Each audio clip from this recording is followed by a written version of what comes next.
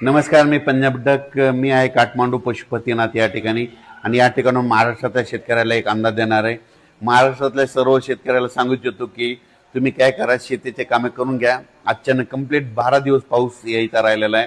म्हणजे 12 दिवसा पाऊस राहिला आहे, म्हणजे 12 दिवसानं मान्सूनचा पाऊस येणार आहे. म्हणून हे सर्वप्रथम शेतकऱ्यांनी अंदाज लक्षात घ्यायचा आणि शेतीचे कामे करून घ्यायचे. आणि राज्यात सध्यामध्ये आज 24-25च्या दरम्यान पश्चिम महाराष्ट्र, मराठवाडा आणि उत्तर महाराष्ट्र आणि कोकणपट्टी घाटमाटा परिसरामध्ये विखुरलेल्या स्वरूपाचा आज देखील बऱ्याच ठिकाणी पूर्व मोसमी जोरदार पाऊस पडणार आहे. याच्यामध्ये काही ठिकाणी गारपीट देखील होणार आहे. म्हणून हे अंदाज शेतकऱ्यांनी लक्षात घ्यायचा.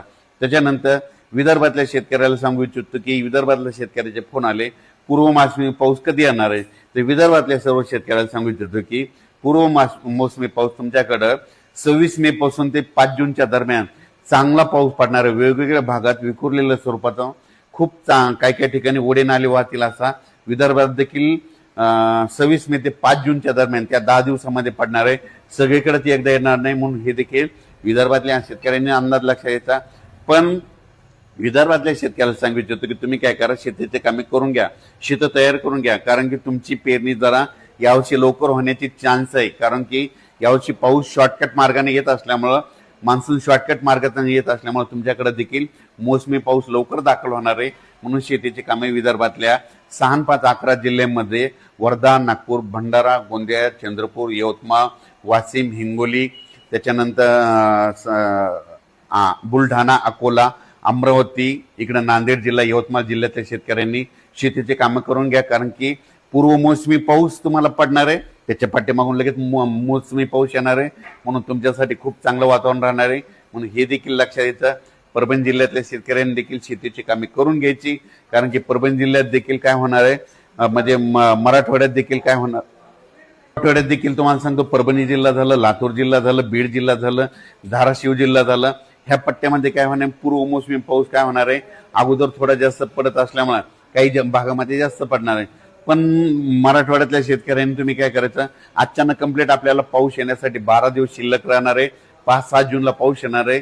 म्हणून हा अंदाज लक्षात घ्यायचा. पण बदल झाला तर त्याचा परत निषेध दिला. पण माझं म्हणणं आहे, तोपर्यंत आपण आपल्या शेतीचे कामं करून घेणे सगळ्यात महत्वाचं आहे. उत्तर महाराष्ट्रातल्या शेतकऱ्यासाठी एक आनंदाची बातमी, उत्तर महाराष्ट्रातील काय होणार आहे, म्हणजे 26-27 मेच्या दरम्यान देखील पूर्व मोसमी पाऊस असणार आहे. आणि उत्तर महाराष्ट्रात देखील काय होणार आहे, म्हणजे 1 जूनच्या नंतर देखील बऱ्याच ठिकाणी तिकडल्या भागात देखील चांगला मान्सून पूर्व, नंदुरबार जिल्हा झाला, धुळे जिल्हा झाला, जळगाव जिल्हा झाला, नाशिक जिल्ह्यामध्ये पाऊस बरसणार आहे. म्हणून हे अंदाज लक्षात यायचा. पण उत्तर महाराष्ट्रातल्या शेतकऱ्याला सांगू इच्छितो की तुम्ही काय करा, म्हणजे 5 जूनच्या अगोदर तुमचे शेतीचे काम सगळे रेडी करून ठेवा. कारण की मान्सून पूर्व पाऊस बी बरसणार आहे आणि त्याच्या पाठीमागून मान्सून येईल.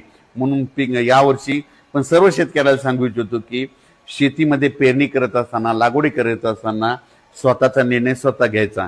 जमिनीमध्ये ईदभर ओल गेल्याच्या नंतर तुम्ही पेरणीचा निर्णय घेऊ शकता. 4 बोट गेलं तर तुम्ही पेरणीचं पाणी पेरणीचा निर्णय घेणं हे तुम्ही तुमचं स्वतःचं ठरवायचं. आमच्यावर जबाबदारी नाही.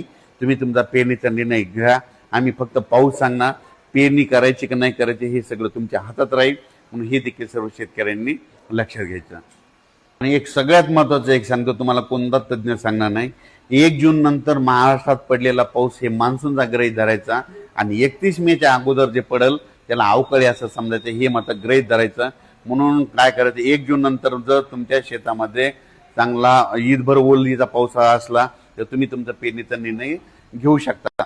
पण तुम्हाला सांगू इच्छितो, यावर्षी मान्सूनसाठी इतकं पोषक वातावरण कधीच नसतं.